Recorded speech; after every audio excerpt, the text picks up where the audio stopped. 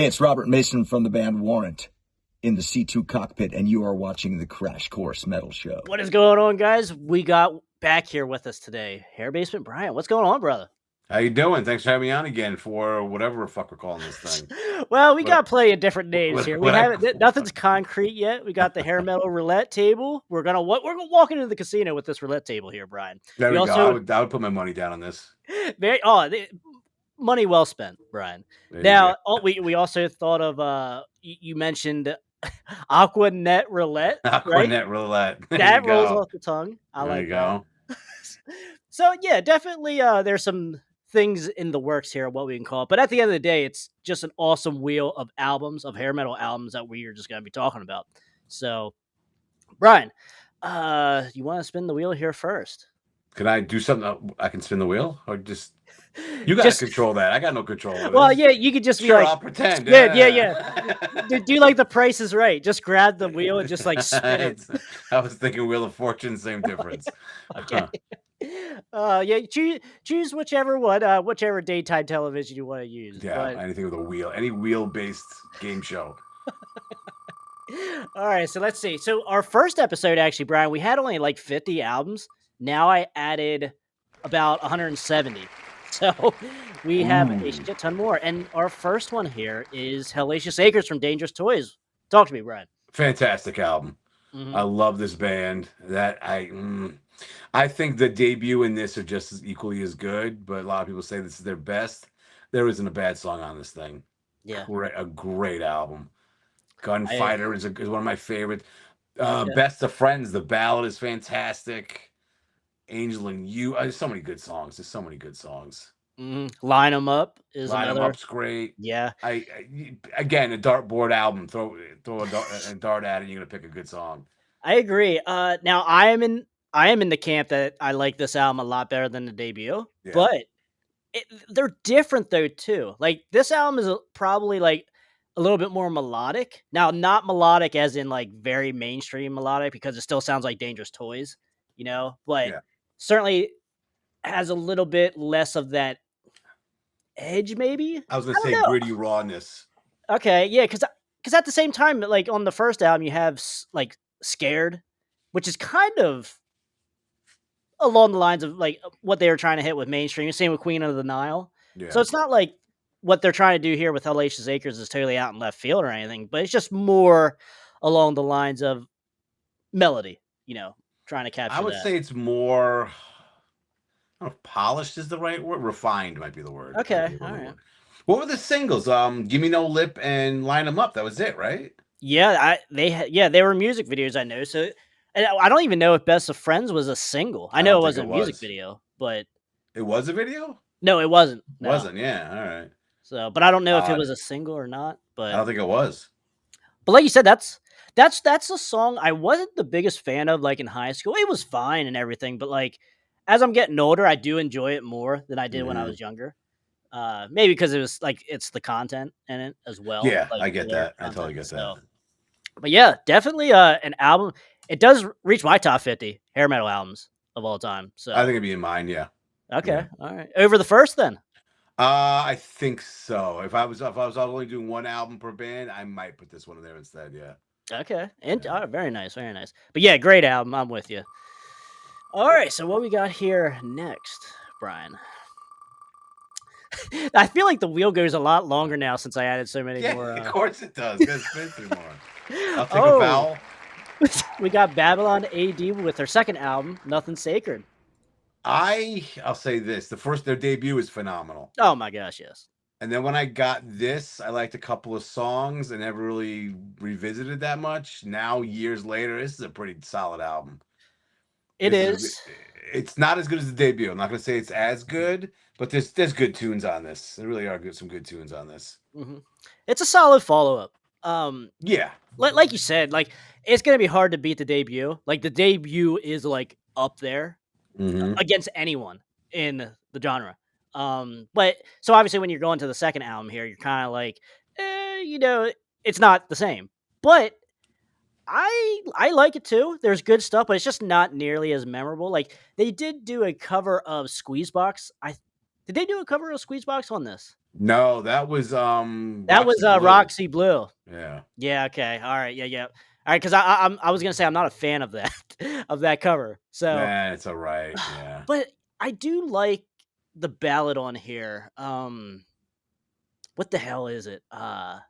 So Savage the Heart. Yes, that is a pretty good ballad. It's not as good as Desperate, I was gonna but say that. Desperate, I mean, I would say one of the top ballads in the genre, if not almost number one, if not close. yeah, That's a fantastic song. Yeah, it they is. should have released that as a single. That's just mind blowing. They didn't do that. I agree because well, the band wanted to release that as a single. Derek was Derek posted this like on his Facebook or whatever the other week. They were planning on releasing Desperate as the third single, but RoboCop 2 and Yeah, the record label were like, "Hey, we want this The Kid Goes Wild as the next single for the movie." I get it. And yeah, I get it too, but like that might have fucked them up. It's like as far as getting this album or that album out and them out more. But that's the thing. RoboCop. Wait, when did RoboCop 2 come out? 90? 90? Yeah, 91 maybe. Was it that late? That seems way late. I thought it was no, maybe 89, 89, 90. Yeah, I think it Okay, was yeah, yeah. yeah. But I get it. It seems like like a business sense. Yeah, why not have it attached to a huge movie coming out for the summer? I totally get that. I totally get that. But why can't you do both? Yeah. Why couldn't you let this one go out and then release the Desperate, or something? It's not Well, that. what makes me think that it was a little later than 1990 was because at that time, once The Kid Goes Wild came out, the record company were like, "Hey, we need the second album now." Maybe you could be right. You could be So right. I That's think your that's idea. kind of why they only did that, then like the three singles, and then they were being pushed to put this album out because this came out in That could be '92. it. So RoboCop 2 came out in 90. okay, So yeah, maybe you're right because this album, their debut is almost a year old, if not a year. hmm yeah. Yeah, All yeah, right, yeah, maybe. I guess so. But as far as the album goes, nothing sacred, pretty good. Sure, it's not the debut, but It's a dumb cover though. I can't I stand that covers of that's an just the band. That's laziness. that's well, and it's only like half the band because when you open it up, it's the rest of the band. It's like one full picture. I had it on cassette, and I think you had it held it to the side. You can see the whole band. Okay, it Yeah, it kind of depends. similar to the Faster Pussycat Whipped. Yeah, Something yeah. like it's similar to something like that for the CD version anyway. Yeah, and the whole point of it is the big, huge, gigantic 50-foot woman going after them, and it's not there. You just see the little guys running, the band's running from something. What am I looking at here? That Yeah, kind of thing. All right, let's see what the next one here we have.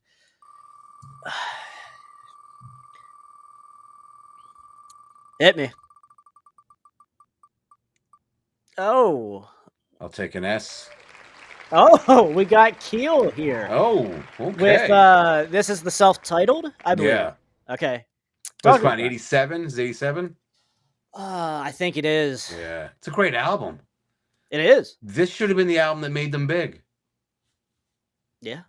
There's a shit ton. Like I just pretty much investigated this album this past year. I've had it for years, like on vinyl, but I just Mhm. never had a vinyl ripper to put it on iTunes. And I got to this album this year, and I was highly impressed because Yeah. I'm not real familiar with Keel, but this album I was super impressed. I said the right thing to the wrong girl. That's a great tune. That That should have is been a an hit. awesome song. I Yeah. love that song. One of my staples now this year. There's all kinds of there's a couple songs on here that I didn't put on the iPod, but like overall, they're like you said, more people should know about Keel or just this Mhm. album in general. I don't know.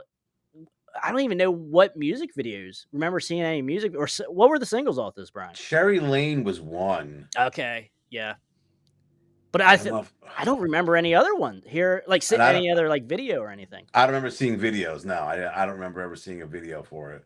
Because that was the weird thing. It was like back in the day, you had Headbangers Ball would play all this stuff that wasn't immensely popular on top of the stuff that was popular. Yeah, Which that almost people got pissed at that because you would see like you know, like a Megadeth, a deep Megadeth song, single, but then all of a sudden you followed up with I don't know, Crazy Train Ozzy, you know? Crazy Train or Something to Believe in, and it's like that we already see this 18 times a day on regular programming. But I don't remember ever seeing this because something like this I could see a Cherry Lane being played during Headbangers Ball, just thrown out there. I don't remember ever seeing it though. Yeah.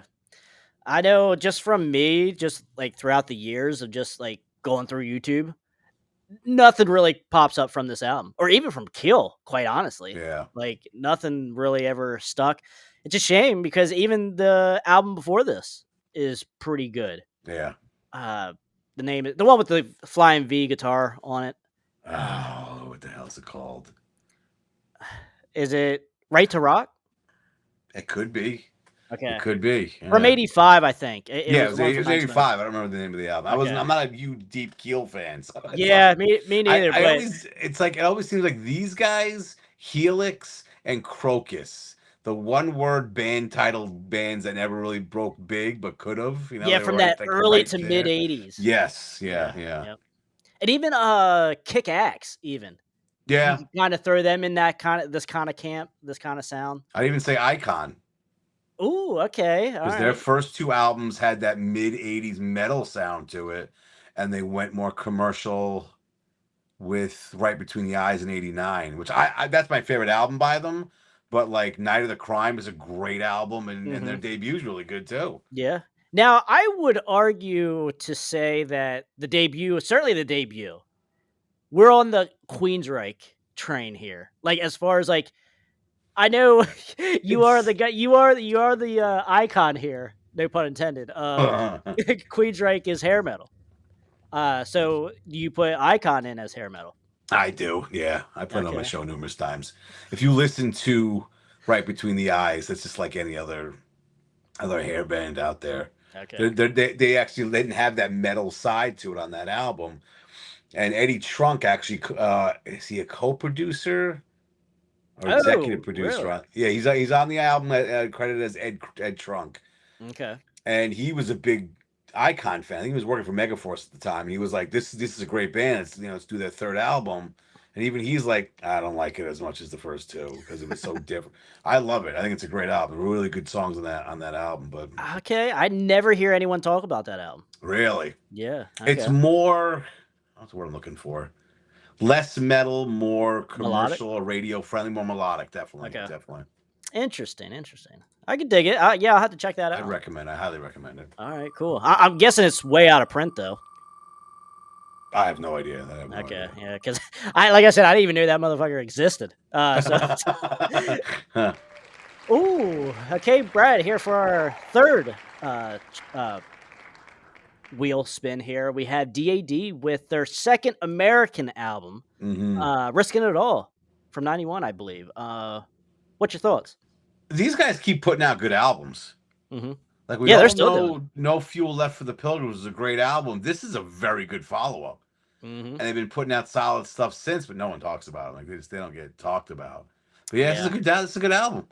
Oh hell yeah! I actually visit this one a lot more than the No Fuel Left for the Pilgrims. Oh yeah, yeah. Now the thing with No Fuel, I think side A is pretty strong, but they start to lose me a little bit. Like I get kind of bored, or I don't know what it is with side B on No Fuel.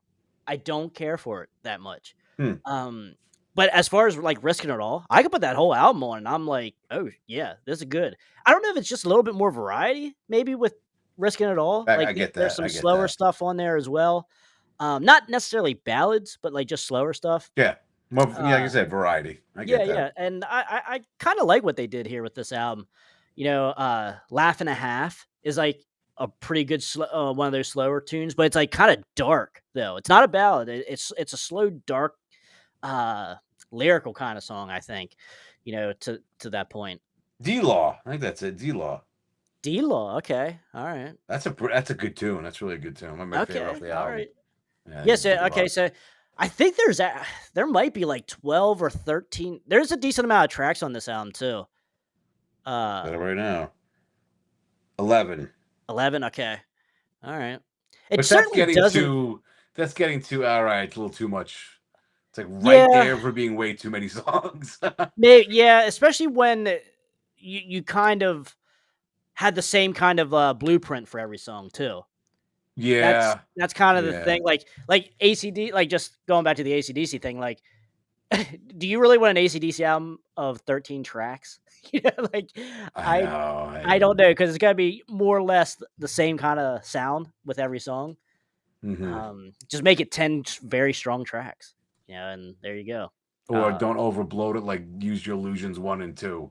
Oh, That's just too much. That's just too that is the much. poster child of a lot of filler. Yeah, yeah. Oh my god, yeah. They didn't need 2 albums. They didn't need 2 albums. It was just. I think I did put the Use Your Illusions on this wheel, Brian. I can't Oh, did remember. watch it comes up Yeah. now. Huh. Oh, we got LA Guns' third album, Hollywood Vampires, from Did we do this last 91. time? What's that? Did we do this last time? No, I don't know. We didn't do this one. I didn't do this one. I No. think it's a great. I think it's an underappreciated album by them. Mm-hmm. Because even when I got this in '91, I was like, nah, it's not the sleaziness we got from the first 2 albums. Kind of like every now and then let's do a song from it here and there, but it wasn't correct. But now, years later, I'm like, this is a really good album. Yeah. They did something different and they did it well. I even got the cassette with the 3D glasses inside of it Oh. because the cover is supposed to be in 3D. I might still have that somewhere, but yeah, I was like, nah, this isn't. There's no song like Sleazy Comes, Sleazy Come, Sleazy Go, or Never Enough. I'm like, right. But then, yeah, listen to this in the last few years. This is a really good album. Like Wild Obsession's a great tune. Yeah. Over the Edge is really good. What's the other Yeah. one? That's a great opening track. I love that. Yes, which is not what LA Guns was the first 2 albums. Now I think that's what it was at the time. You're young and stupid. You're like, it's the same what I'm used to, and you don't listen to it that much. But yeah, that is a really good song. And the Some Die for Love, is that it? Some Lie for Love. Some Yep. Lie for Love. Sorry, Lie for Yeah, Love. yeah. That's a really good one too. I mean, it's a really good. Kiss This Love Goodbye. That's a good one. Yeah. It's Over is a really good ballad. I like that better than Ballad of Jane. Yeah, it really is. I Found You was the other ballad. Mm-hmm. Crystal Eyes. Crystal Eyes. That's really good. Yeah. That's an underappreciated one right there. That's a little Yeah. gem on this one. Yeah. They actually, I don't know what the story is behind the next album, Vicious Circle or Vicious Cycle. They redid Crystal Eyes on that album. And I don't know why. I never heard or got a reason why as to why they did that. But I think I do prefer this version on here. But anyway, to your point, this album, depending on the day, I would interchange this with the second album. I Cocked and Loaded. I love this album. This is now to your point though. Yes, it's not maybe as up in your face sleaze, No, but it's still there.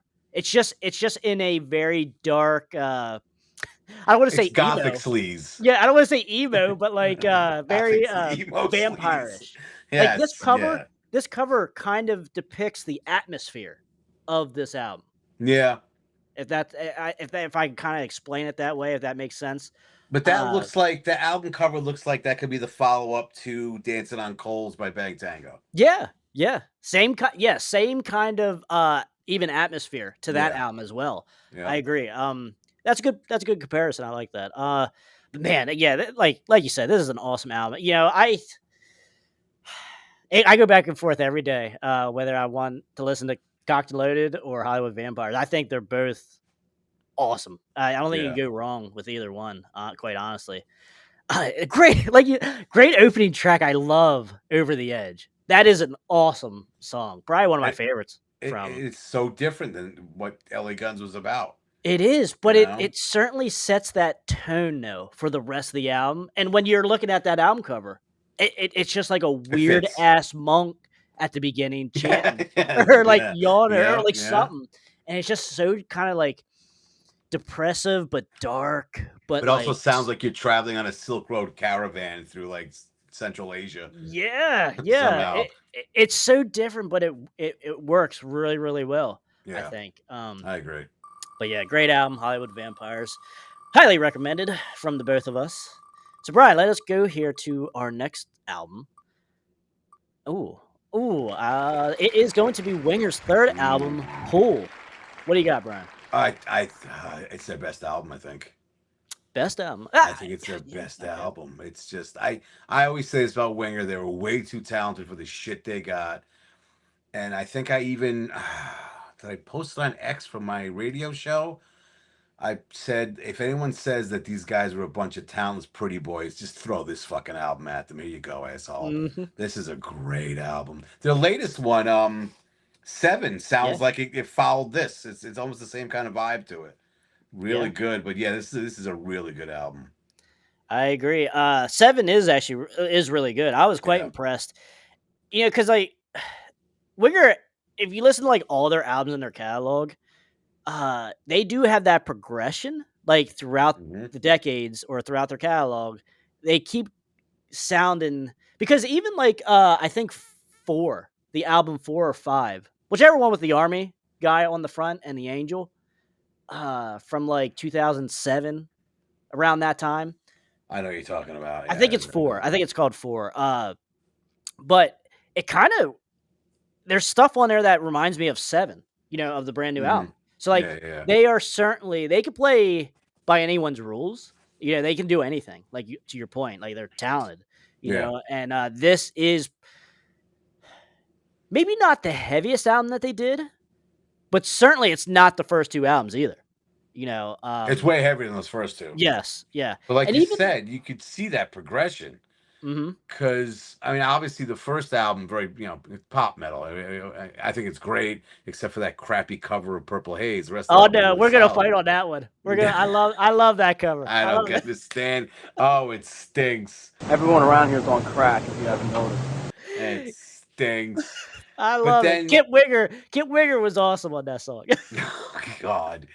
But well, thanks for having me on. Yeah. I got that thing. I just But did a Stewart from Beavis and Butthead right there. yeah. But on In the Heart of the Young, which I think is a dumb album title and cover, but Mhm.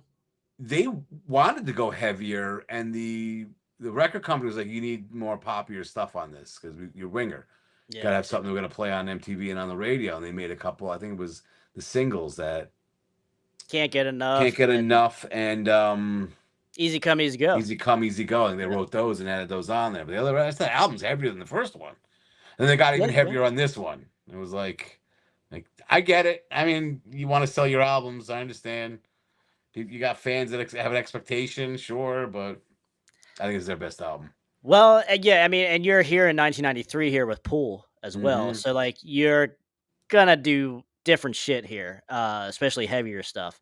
But I will say, like the single on here, Down Incognito, that's not a heavy song. Like that's not really what this album, the rest of this album is. Yeah. Because I was actually really surprised because I remember when I first heard Down Incognito, I didn't have this album at the time, and I was like, oh, do I really want to get this because of this song? Like certainly that's I love Down Incognito now, one of my favorite Winger songs, Mhm. especially off this album. But like at the time when I was younger, when I heard it, I'm like, I'll pass on this album. You know, Yeah. that kind of thing. It doesn't really reflect the rest of the album. But Yeah. great song, great album there nonetheless. To your But point of yeah. I lumped this into like this album, Dog Eat Dog by Warrant, Psycho Schizophrenia by Lillian Axe, and the Motley Crue '94 album. Were those albums the bands tried to go in a different direction and try to go heavier and darker? And I think all those albums they did it really well. Yeah. It worked out for them. But Good I mean, point. sales wise, yeah, people weren't whatever. But Yeah. if they were new bands doing that stuff, might have been a different story. Mhm. Yeah. But yeah, Very good history point. did what it did. Yeah, I'm with you. I don't know if it's necessarily my favorite Winger album, but it is up there. It is right up there. Mhm. It's either one or two, so I'm there with you. All right, good deal. Whenever I get a chance to talk about Winger, I'm here for it. Like, There you go. yeah, There you go. Winger is one of those underappreciated bands from the day. Yeah, and they're immensely huge too. Yeah, and that's what's crazy too. Like they were big and popular, sold plenty of albums, but still underappreciated. A little bit to the camp of Cinderella, a little bit as well, in my opinion. Well, that was the thing. People went with, oh, they're a bunch of pretty boys, and just went and judged them on their looks, basically, Mm-hmm. not understanding how talented they were. Is And how. what Lars Ehrlich told him. Hey, well, that Yeah. was the thing. Everyone says that, Lars throwing darts at a picture of him and the whole Stewart thing from Beavis and Butthead killed the band. The whole genre was already on a downslope by then anyway. They just Yeah, happened to be the ones that people kicked around the most because they kind of represented what it was about, All right. but without really thinking about how talented they really were. Okay, we got Steelheart's second album, Bryan, Tangled in Rains. Love this one. Like it better than the debut. Mm-hmm. Mm-hmm. There's so many solid tracks on this one. Though I'll have to say, I think the first side is stronger than the second side. All right. But Yeah. I overall, such a good album. This is such a great album. It is. Yeah, I agree with you. I do like this one better. They go slightly harder on this album, Mm-hmm. but it still sounds like Steelheart. Like, it's still not heavy. But the ballads are good on here as well. It's very hard. Like, this Steelheart would be a very good, like, Hell in the Cell, comparing the first two albums against each other, because it is super tough. Like, yes, I choose the second one, but I wouldn't give anyone shit for choosing the first one. No, Yeah, I either. get it. Yeah. Both are really, really good. Now, probably a little more melodic or like more polished or better production on the first album, maybe. But like the title, not the title track, but the band titled song on this album is really, really heavy and like straightforward, kind of like a Slave to the Grind type feel. I was gonna say that's probably my least favorite song on the album. I agree. It's probably my least favorite too, but it's still good. If that's your weakest song, I'm here for it. Yeah. But looking back at the time, I was like, they're really trying to be thrash. This isn't what Steelheart is. What are they doing? Now I kind of like softened up to it, but still, I'm not like it's the best song now. Yeah, it's not the first one you run to when you're talking Steelheart. Yeah, No. I agree, though. I agree. I'm with you on that. But man, Sticky Side Up, awesome song. That's a good one. What's the first one? Loaded Mother is good. Loaded Mother and Late to the Party. Late for the Party is good. And there's one on the second side, Love 'Em Till I'm Gone. Yeah. That's a really good one too. There's a lot of good solid songs on this album. Electric Love Child. That's a good one. Yep. The slow mid-tempo type song. Kind of groovy a little bit. Yeah, like I said, the ballads. I forget the main ballad off of here, like the one that was a single, but Mama Don't You Cry. That wasn't that. Yeah, that's the one that's different. Like, that's not the one that was the single though. Single shit. But yeah, Mama Don't You Cry is awesome. Really good, heartfelt song. Damn it. Yeah. All Your Love? Yes. Yeah, okay. The song is All Your Love. Oh my god.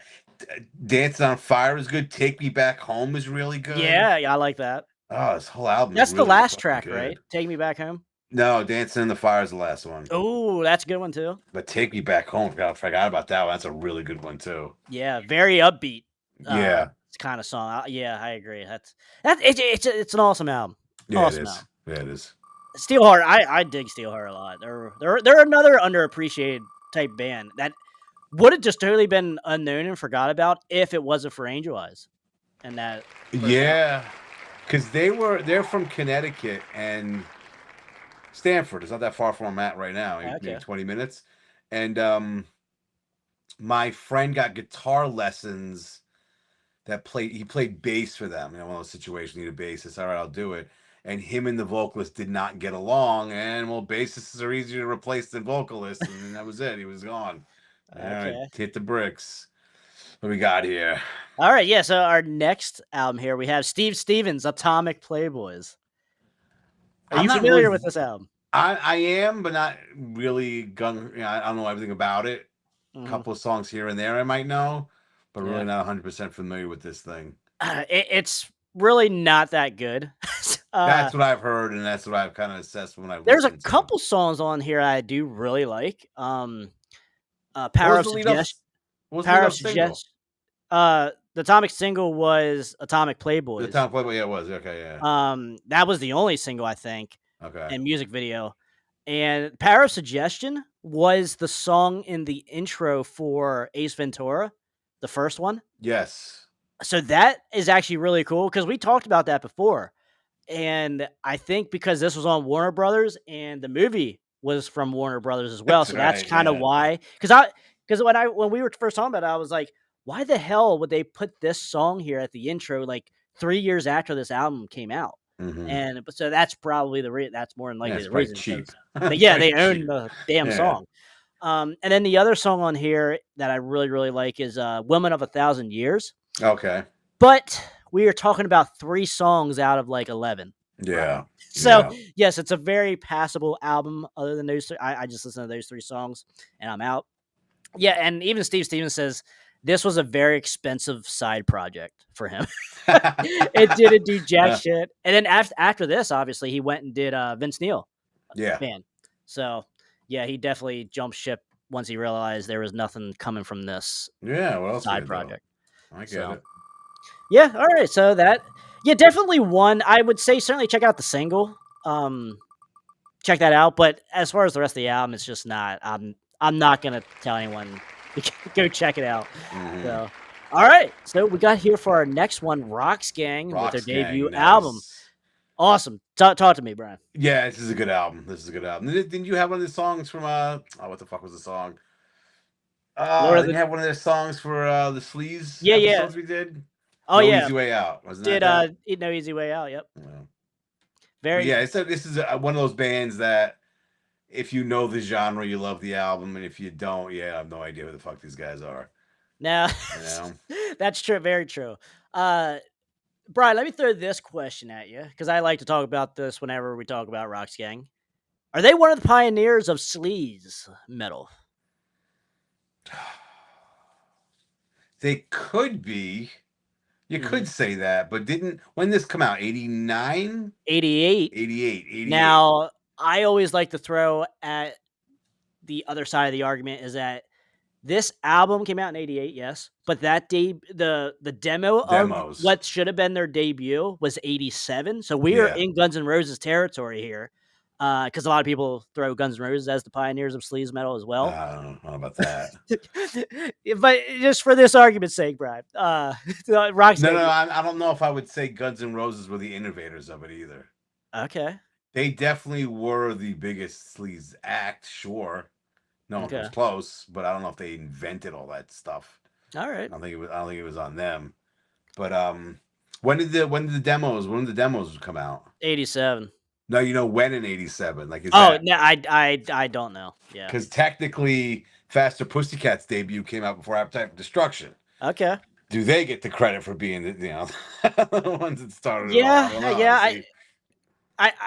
know. We could argue. I mean, then again, yeah, we could argue that because even LA Guns was what, 88? 88 was the debut, yeah. But I'm also sure all these guys were around at the same time up and down the strip playing places.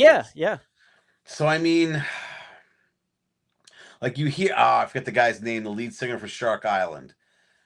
Richard. But yeah, and you always hear that Axl took his moves from him, but Guns N' Roses debut came out in 87. It wasn't until 2 years later that the debut from Shark Island came out. Right. And it's like, yeah, but these guys were around before the albums were, they were all they all know each other. They all know each other. Yeah. Like they don't...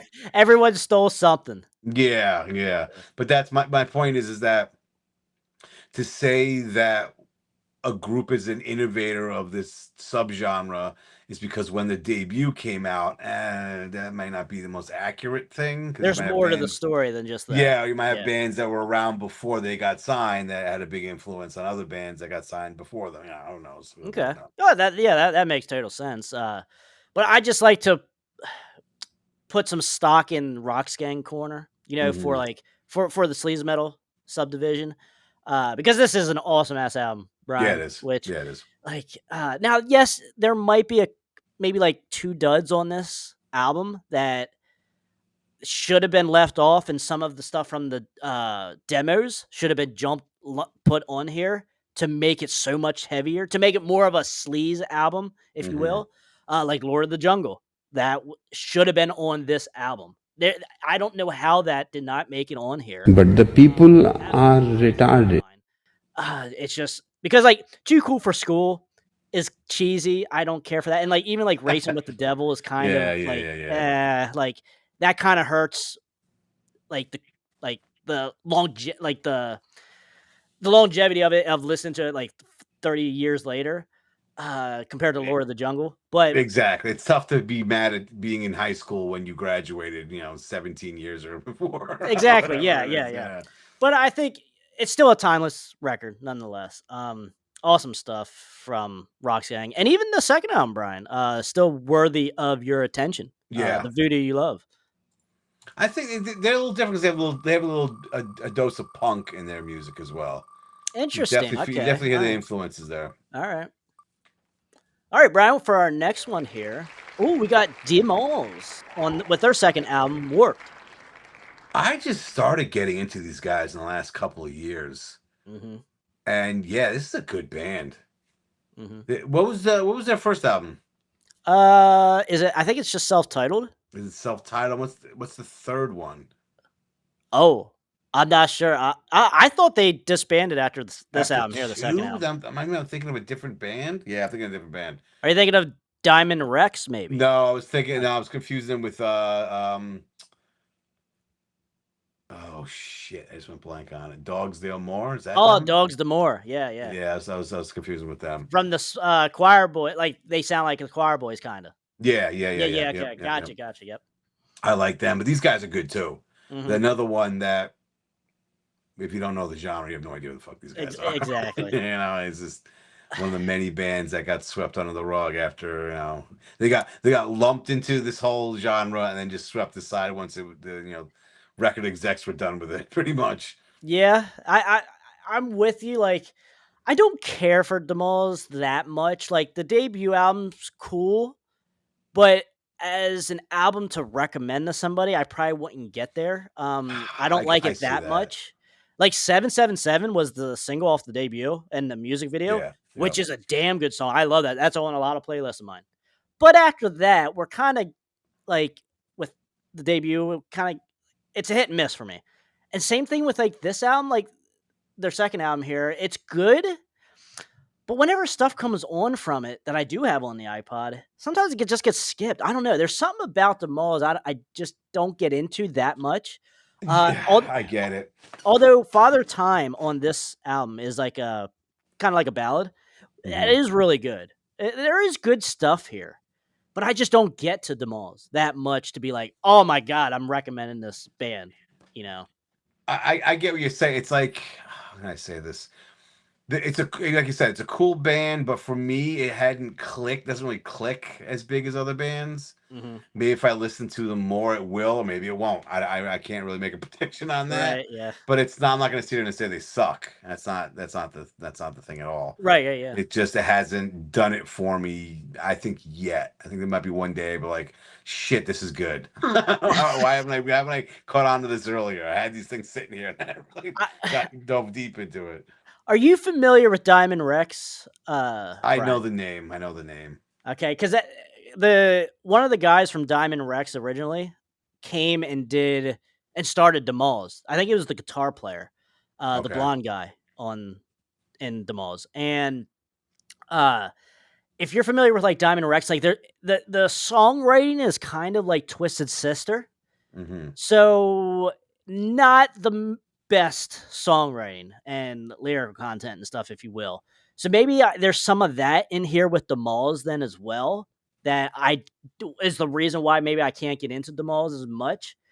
That's the only thing I can really think of as to why I don't click with Demols like maybe some other people do. But overall, though, I mean, there's certainly worse bands to be checking out than Demols. Oh yeah, and I'll leave it at that. For me. Yeah, nothing. I don't think they're bad. It just hasn't clicked with me. Yeah. Is what it is. All right, Bryan, we got here. Ooh, the Four Horsemen. Nobody said it was easy. Talk to me. That's their second album, isn't it? Is it? I think so. Okay, yeah. Talk to me about it. I'll check it out here. I love this band. Both albums are great. Okay. No, wait, no. Rockin'. Wait, does this have "Rockin' Is My Business" on it? Let me tell you 1 second. Fuck, I think I'm confusing if this is the first or second album. This is from 91, though. This might be their first. I think it's their first. Yeah, this is their first, and then Yeah. Their second one in 1996, getting pretty good. That's a good one too. Okay, so you might be familiar with, or what you're trying to say is they had an EP in '89. No, I confused the albums. No. Okay, I okay, just confused the albums. I thought it was their second. That's their first album. okay, all right. What was their second called? Wasn't that Yeah, the "Rockin' Is My Business" Rock Is My was a Business? Yeah. single. No, wait, getting pretty good at barely getting by. That's the second one. Okay. Drunk Again's a really good song. I like these guys. I do too. It kind of reminds me of Cry of Love, Cry for Yeah, Love. yeah. "Cry It's Love," kind yep. it's that I don't know, "Junkyard." it's got a bluesy, it's like a southwestern bluesiness to it. It's almost Mm, not country, but like no. blues, like a Tangier almost. A That's what little that bit, movie's saying, yeah. yeah. Maybe a little bit more gritty, Yeah. than a Tangier. But yeah, that's a Yep. good point, like a Four Winds Tangier. Yes. I agree. Like this album, I do enjoy this album a good Yeah, so do amount. I. I like both. See, I'm only familiar with this one. Oh, So I'll take your word on. I recommend the second one too. I think both of Okay, them are really all right. good. Does it sound like it came from 1996, Brian? It sounds like it came from these guys. Okay, well good. That's perfect. That's the answer I want to It's hear. not like All it's right, not like good. they changed it up and made it all different because it was 96. Okay, But what's his face? Was it the guitarist and vocalist? He died in a motorcycle accident. really? That's why we got nothing. I think the second album was released after he died. Maybe that's why it's so late. Okay. So that's why. That's why it kind of sounds like the first album. I think, if I'm not mistaken on bands here, I remember Drew Hanna, the singer from Wildside, told me in our interview that one of the Four Horsemen guitar players came and did the second Wildside album with them. Mm-hmm. And you would think that would be all good and dandy and everything. But when you listen to the second Wildside album, you're like, what the fuck is this? Yeah, I You mean, know? with that, you're not. If you're there, hey, can you play in this album? You're kind of doing what they want you to do. You're not Yes. really Yeah. putting in any kind of songwriting or stuff. So who knows? Yeah, As you would just think they're like, oh, he'll bring some bluesiness or something. He'll bring something, Yeah, that yeah. would kind of like recognize from him. But yeah, well, again, nothing was recognized on No. that second Wildside Oh, album. it's But just so weird. So weird how different they it went. is. I do actually. One of the songs I visit the most, though, actually off this album, is the last song. It's like 10 minutes long, and then at the end of the song, it just kind of like the tape kind of breaks. It sounds like it breaks, and it just starts rolling. And it's just That's really cool. hilarious. Tell me something, or no, not tell me something good. I'm into something. It's something good. That's You it. got it there, bro. Yeah, right here. I already added up. Because my Wikipedia isn't showing me what it is here. I need a thrill / something good. Yes, the Yeah, final that's a good track. one. I need a thrill. Yeah. That's my favorite song probably off the album. I love it. So It's bluesy. so Rockin' Is My Business is just a great title, and Yeah. anyway, and Business is Good. Such a great that kind of sums up what the band's like. Yeah, exactly. And gritty- it's exactly what you think of a band from 1991 that's not really trying to be a part of hair metal, if you will. Yeah, If that kind of makes sense. Not, I don't want to say like a Johnny Crash either, because like they're not as heavy No. as a Johnny Crash, They're not like Johnny Crash. but it no, has they- that bluesiness. Like we said, "Cry of Love" is a good comparison. I'd say more like a Junkyard. tattoo rodeo. They're more comparable to them. Okay, yeah, Like I said, just Tangier. If you look not at the cover of as this classy. album. Yeah, Yeah, look at the cover of this album. It looks like it's gonna be whiskey all day. whiskey all day. That's right. It's right. The Country Bear Jamboree right there. Yeah. It's highly recommended. We don't talk about that album enough. Though. No, like you go to a bar to see them and it's covered. Oh, yeah. The floor's all wood covered in sawdust. You know. Perfect. Okay, we got here Great White's Hooked from 90, I believe. 91, I think it might be. 91, okay. Because I know Maybe Old 91. Road, or I know Psycho City came out in 92. I do know that. 91. Is it? Okay, all right. Yeah. Yeah, the big songs, Call It Rock and Roll and Desert Moon. Yeah, I like that. I'm not a huge Great White fan. No. And it's nothing against them. It just never clicked with me. Hmm. Just I don't know what it is. I just never I think I like their earlier stuff when they were more heavier than when they got bluesy. Really? Yeah, Okay. they See, I think I'm the opposite. yeah, of course you are. I get that. But like I've I tried to play them on my radio show, and I don't like playing the hits. You know, I don't play the singles. Yeah, yeah. But then I'm like, oh, this is way too over the top bluesy stuff. Like I don't know if I can get through this. Yeah. Like, I'm not knocking them. It sounds like I think they suck. They don't. It just wasn't my thing, I guess. Like their debut, I love their debut. Ah, But okay. that's more of a straight up metal album than anything else, in their later Mhm. stuff. Okay. Just Yeah, that's I I get mean, that. I've heard people talk praise about this one all the time. Yeah, I do. It is one of my favorite Great White albums, I would say. Now, yes, this one here, though, I would say is probably the most bluesiest of the original run Hmm. of albums. And now, Call It Rock and Roll is fine. Like, I don't really need to hear that song again at all Hmm. because to me, it just sounds like their interpretation of Once Bitten, Twice Shy song. It sounds Okay. almost just like that, especially when it first starts out. I'm like, I can't fucking tell which song it is here, like that kind of thing. So like, I don't really. I now I prefer it over the song "Once Bitten, Twice Shy." Call It See, I Rock and like Roll. that version. I have nothing against it.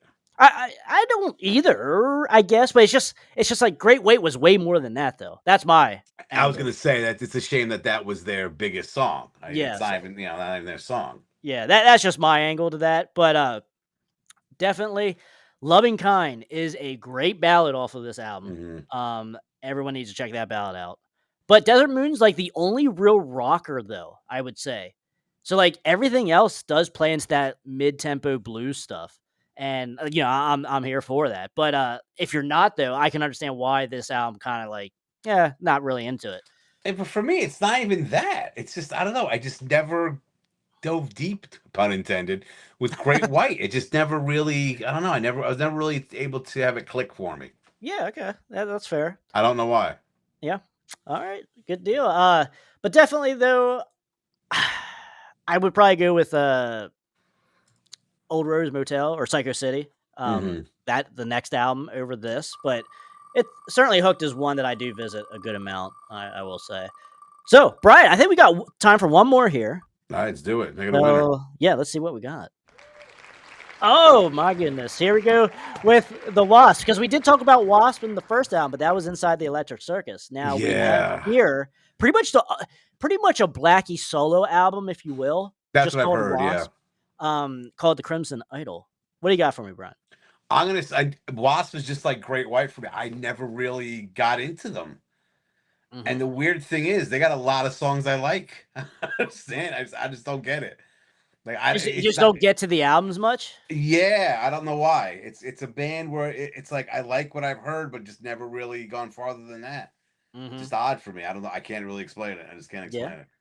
I get it. I mean, that happens. Like that's with maybe with some bands, but I think with this album, this is an album I get why people love it because it's to your point of Queensryche with Operation Mindcrime, same type of deal.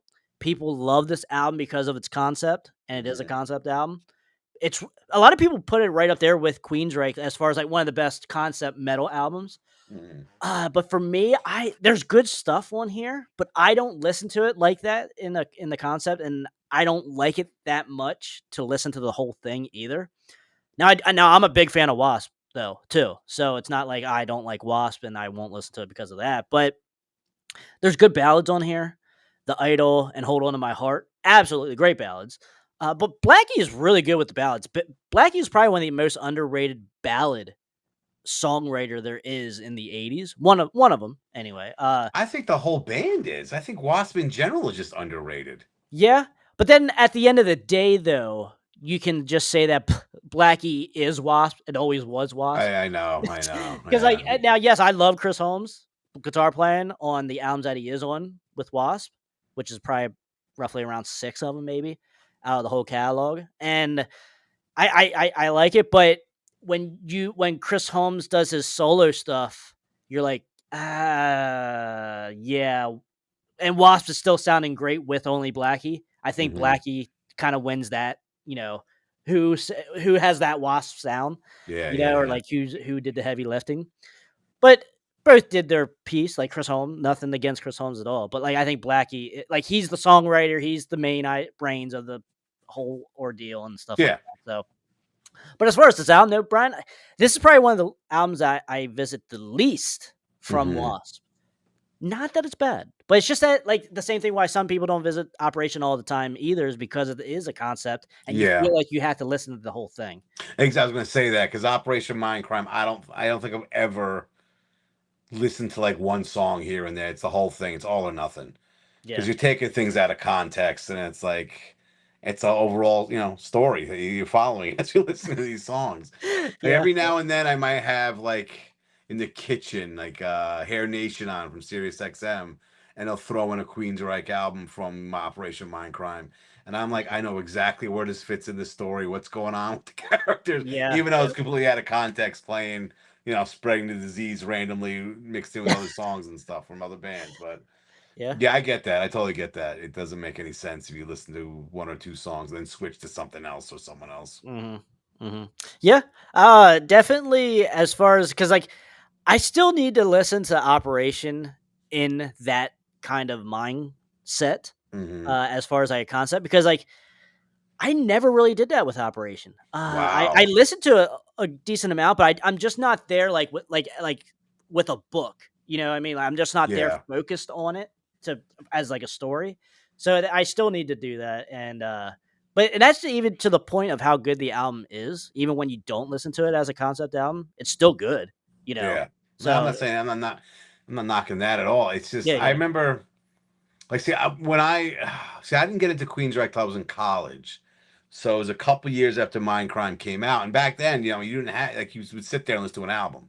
Yeah. So you'd sit there and just not all you were doing was listening to the songs. That was it. Yeah. And But I reading remember the liner notes. Yeah, exactly. But I remember one time, me and a couple of friends, I picked them up to drive back to college after some break, and last stretch, we're like, let's pop this in and just check out, listen to it. And it was like, again, it's like it's almost like a good movie. You're listening to the whole thing as you drive, and as we pulled it into the parking lot at college, album ends, you're like, oh, that was the perfect way to end this trip. Like, because it's like a 7-hour drive to to get to my college where I was from. And to kind of put that out in the last hour or so, like it was like, yeah, that kind of got us through. But still, I can't tell you how many times in college we talked about Mindcrime and who killed Mary and all the theories and all the hints and clues and the lyrics and all the stuff, analyzing this thing. And when they put out Operation Mindcrime 2, I don't think I really listened to it. Okay, that was going to be my next question. Did you get into the concept of number 2 like you did number 1? I part of me, no, because I don't want to know what the answers to those theories and analyzations were all about. You'd sit there, play the whole thing. Like, this is, all right, he's saying here, you can clearly see that this is blah, blah, but then it's in open interpretation. Yeah. All this stuff. And then Mindcrime 2 comes out and they give you all the answers. Like, that's that makes sense. I can respect that totally. Yeah. And as an album itself, Mindcrime 2, like there's only like 2 songs that I can even remember off of it. Okay, that's and like the music itself just isn't that good. So like fuck everything else. Yeah, I think Mindcrime was Queensryche's peak Queensryching. Just unbelievable stuff on that. The whole band. It's a really good band. Good band, but I think that's your favorite album of Queensryche. Oh, easily. Yeah. Okay. Yeah. All right. I mean, I like The Warning, and Rage Your Order is great. I think Empire is really good, but they don't come close to this. Nice. Just, okay. To put this whole thing together, that the story itself is just crazy. And that's the thing. Yeah. That's and the way it has all the different angles coming at you. Like, and just like what we're even discussed here. I don't listen to it as a concept album, but it's still a really good album to me. You listen to it as a concept album and you're like, amazing, So like that is something to be said of how good the album is. And I was going to say that. 2 different angles that you're listening to. Yeah, the songs themselves are just unbelievable. Mhm. Like it's like I can't listen to, even if I just listen to Eyes of a Stranger that closes out the album, it still has that feeling of this big what's what I'm looking for? Grand finale. Grand, yeah, you go, a grand finale of this whole album and story that has been building up the whole time. It's just fucking epic. I listened to it a few months ago for some reason. I forgot what. I mean, maybe it was maybe it was at work. And I said, "Screw it, I got the time. I'll put it on." And I'm just like, God damn! It's because that thing ends. You're just like, oh, that was awesome. The Yeah, whole thing. But yeah, like, even the songs themselves are just unbelievably written, and the whole band is talented and just great stuff. But when that's they awesome. lost, what did DeGarmo leave first? I think Chris DeGarmo might have left first. Did he leave after Empire or It after was Promised Land? it might have been Promised Land. Okay. I think it might have been after the band hadn't been the same since. And Yeah. then they had their issues, and then Jeff Tate and the rest of them don't get along and hate each other's guts. I Yeah. think at one point Jeff Tate spit at someone else on stage, like in the band. Like it became a disaster. But Now, yeah, Brian, I know people. I know people personally that absolutely love Promised Land. I just cannot get into that album. I can't either. I cannot. I try over years. Every couple years, I try and put it back in and listen to it. I can't get there. Yeah, it doesn't work for me. They Yeah. tried something. I mean, you look at Queensryche, the history of Queensryche. Every now and then they'll change up what the band is like. Yeah, every album is almost different from the previous. Yeah. Like when they first came out, they were almost on a level of like a almost Power Judas metal. Priest power metal. There you Yeah, go, yeah, power like metal. a Halloween, Judas Priest, like you Okay, said. You yeah. know. And then I think they got that Queensryche sound with Rage from Order to Empire. They had the biggest commercial success with that. But then they got comparisons to like Pink Floyd because of Silent Lucidity. Like Yeah. they were constantly being compared with someone different every time they put an album out. Yeah, And because like the Warning it falls into the line of the EP, which is the Judas Priest power metal type yeah. sound. But then you have Rage for Order, which if you look at them, they're doing like some kind of new wave look to It's a like new a wave goth look. look to a It's a new new wave goth wave look. look. Yeah. But it's like a new wave look with like a prog metal kind of sound. It's all over the place. It's all Yeah, over the place. and Yeah, it what's his works. face? They Jeff they Tate pull looks it off. Wait, say again? And it works. They pull it off. Exactly. Yeah, that's when Jeff Tate had that terrible mullet and looks stupid. He had a mullet as a vampire. Or a That's vampire with a right. mullet, you know? Vampire. It's Oh crazy. my Like god. it's weird. Like, and then obviously after Rage for Order, you have Operation Mindcrime, which is totally different from the first two Yeah. albums. Yeah. And then Empire is totally different from Operation. You Yeah. know? It is crazy though. And I can respect what they tried to do with Promised Land. It just doesn't work for me though, you know. Yeah, not saying with me. It just doesn't. It does again. The clickiness doesn't click with me. It was like they tried something different, and that one I couldn't just latch onto. Yeah. The previous albums, yeah, I was like, yeah, was all in. I saw them on tour. After Empire came out, and they did Operation Mindcrime in its entirety. Till this day, still the best concert I ever saw in my life. It was Really? That's cool. unbelievably good. Yeah, it was really good. Nice. And to see that them do the whole thing live was just unbelievable. Yeah, that is badass. We did talk about this album, Wasp, but we gave you guys an extra album of talking about Operation Mindcrime. Turn it to So there you Operation go. Mindcrime somehow. Yeah, stick around for the encore. There you have it. Hey, that's the randomness of the wheel. Exactly. The wheel of spontaneity.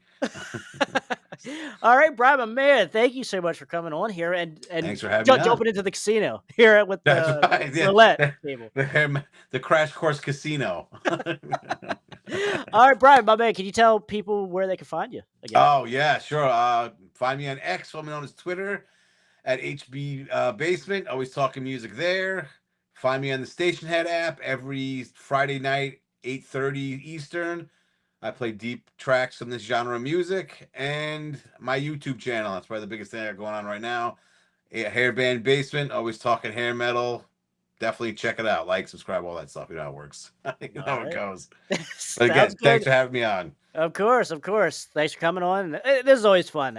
Just to throw a random 200 almost 200 albums at you from the hair metal division, and it's just we just randomly talk and What was it? The Aquanet Roulette. yeah, the Aquanet Roulette. Let us know in the comments what's probably the best name: Hair Metal Russian Roulette, or Aquanet Roulette, or Wheel of Hair. What do you got there? Wheel of Hair, yeah. Good stuff. But thanks again, Bryan. And guys, that is Hair Basement Bryan. I'm Crash. If you guys enjoyed this episode here with me and Bryan, check out the whole playlist of Bryan on the Crash Course Metal Show up in the corner right here.